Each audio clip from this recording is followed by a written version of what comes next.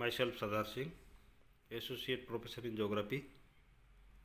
Good morning विद्यार्थियों। आज आपको पढ़ाएंगे नगरीय अधिवास और नगरों का उद्भव और नगरीय प्रतिरूप किस प्रकार पाए जाते हैं। सबसे पहले हम स्टडी आपको कराएंगे नगरीय अधिवासों का जो उद्भव है उसके बारे में, और उसके बाद में नेक्स्ट टॉपिक में पढ़ाएंगे नगरीय प्रतिरूप के बारे में। तो इसका एक सामान्य इंट्रोडक्शन है। विश्व में नगरीय जनसंख्या का जो सघन समूह पाया जाता है उसमें फ्रांस, यूएसए, भारत, चीन, जापान, यहाँ पर बड़े बड़े नगर पाए जाते हैं। तो उनमें जो जनसंख्या है यानी उनका जो उद्भव है वो किस प्रकार से हुआ उसके बारे में हम स्टडी करेंगे।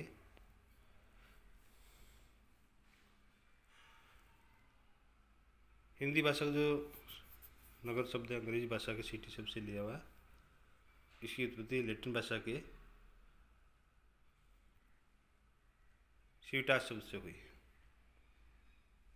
इस शब्द का प्रथम प्रयोग रोमन साम्राज्य के दिन संगठनों के लिए किया जाता था।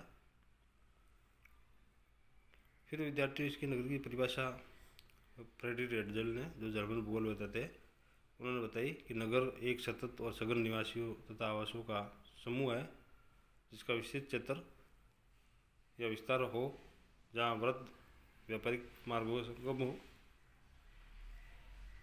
एडजल के अनुसार नगर के लोगों की जीविका वाणिज्य और उद्योग पर आधारित होते हैं, वहाँ आवास की सघनता पाई जाती है। ये इसकी परिभाषा हुई।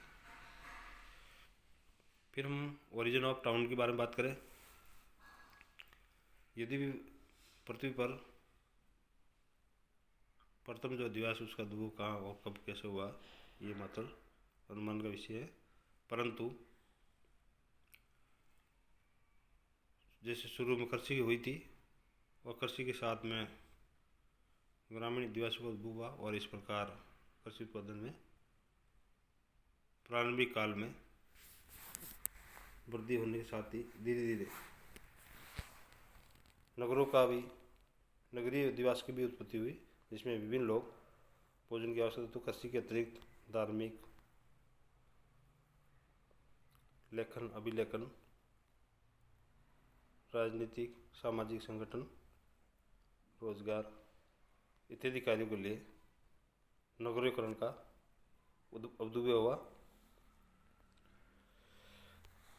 विश्व में जो नगरीय अधिवास है उसको प्रभावित करने वाले कौन से कार्य हैं जिनके कारण नगरों का विकास हुआ। सबसे पहले है भौतिक कारक। भौतिक कारकों में जैसे अवस्थिति है, जलवायु है, आर्थिक और राजनीतिक दशाएं हैं, प्रशासनिक दशाएं हैं, वैज्ञानिक और प्रौद्योगिकी विकास है, कार्यात्मक विभाजन है, जनांकिकी और सामाजिक विकास।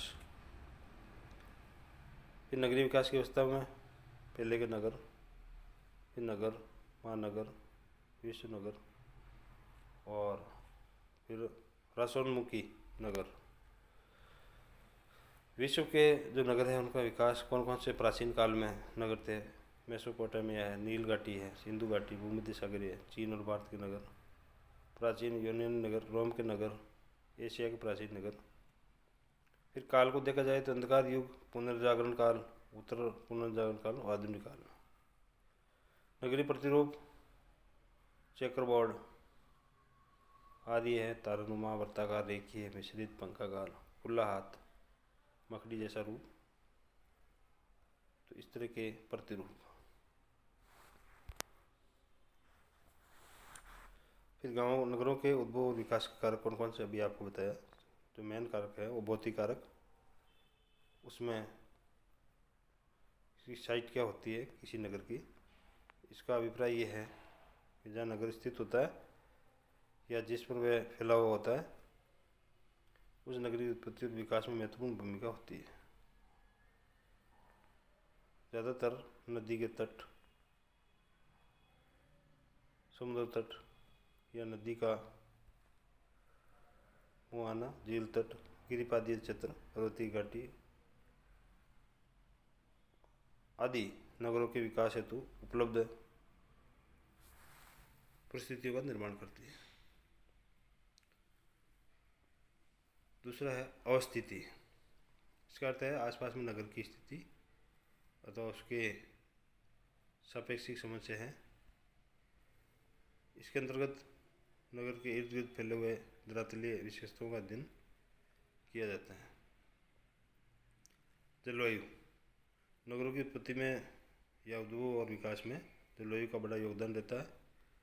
सामान्यतः शीतोष्ण उपोष्ण कटिबंधीय जलवायु क्षेत्रों में नगरों का विकास उपयुक्त माना जाता है, और जैसे यूरोप है, फ्रांस, ब्रिटेन, अमेरिकी देश, चीन इत्यादि। जलापूर्ति। आज विश्व के अनेक नगरों में पेयजल की आपूर्ति दूर दराज क्षेत्रों से की जाती है। बड़े बड़े पाइपों से, कृत्रिम जलाशयों से, भूगर्भिक जल, समुद्री जल के परीक्षण आदि से द्वारा की जाती है। तो जहाँ जलापूर्ति ज़्यादा होती है वहाँ नगर का उद्भव जल्दी होता है। जल निकासी, मानवीय क्रियाएं, क्षेत्रीय विकास, क्षेत्रीय आर्थिक आधार। दूसरा पॉइंट विद्यार्थियों, राजनीतिक व प्रशासकीय अनिवार्यताएं। कभी कभी राजनीतिक और प्रशासनिक आवश्यकताओं का भी नगरों के उद्भव विकास पर महत्वपूर्ण योगदान रहता है। जैसे जहाँ परिवहन के साधन, बाजार, वाणिज्य, सुरक्षा सेवाओं का जमघट स्टार्ट हो जाता है और वहाँ पर नगरों का बनना या नगरीय विकास को प्रोत्साहन मिल जाता है। राजधानियाँ प्रशासन के प्रमुख केंद्र होते हैं। वैज्ञानिक और प्रौद्योगिकी विकास जहाँ पर हो जाता है वहाँ नगरों का विकास और उद्भव प्रारंभ हो जाता है। कार्यात्मक आधार पर किसी नगर का जो सोपान क्रम या दर्जा उसके द्वारा संपादित आधारभूत या केंद्रीय कार्यों के महत्व पर निर्भर करता है। कार्यों के आधार पर नगरों का बसाव शुरू हो जाता है तो वो उसके उद्भव और विकास में प्रमुख भूमिका निभाता है। जनांगीय और सामाजिक विकास दर, ये भी नगरीकरण पर इसका भी प्रभाव पड़ता है।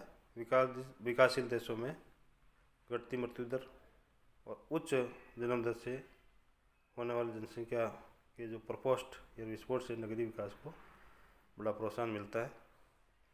अब विद्यार्थी हम बात करें नगरीय विकास की अवस्थाएं।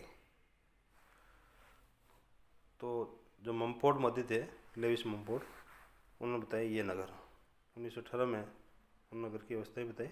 पहला है इयोपोलिस या पूर्व नगर।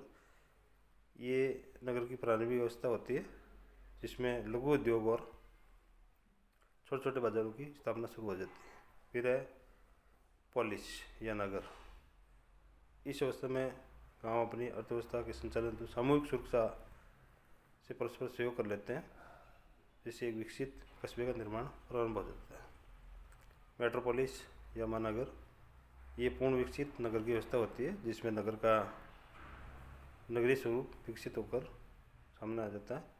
और इस अवस्था में उद्योग, व्यापार, परिवहन, संचार, प्रशासन आदि का उच्च स्तरीय विकास दिखाई देता है। ये विद्यार्थियों आपके सामने नगरीकरण से संबंधित कुछ सिद्धांत दिए हुए हैं।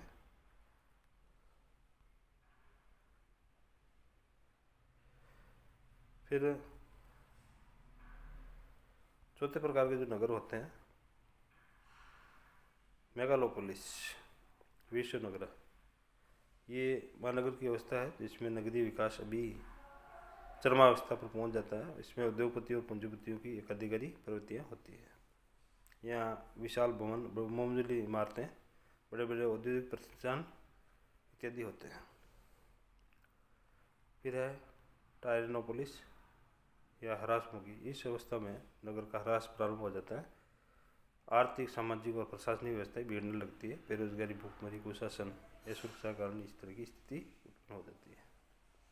नेक्रोपोलिस या नष्टप्राय नगर, ये नगर की संपत्ति की व्यवस्था है जिसमें नगरीय अर्थ व्यवस्था बिगड़ जाने से भूखमरी, अकाल, महामारी आदि का प्रकोप बढ़ जाता है। कुप्रशासन, व्यापार, भ्रष्टाचार, असुरक्षा, लूटपाट, आगजनी, हत्याएं, दंगे प्रारंभ होने से नगरीय जीवन खत्म हो जाता है और नगर में उजड़ने का प्रभाव अधिक आर्थिक विभिन्नता की स्थिति में पहुंच जाता है।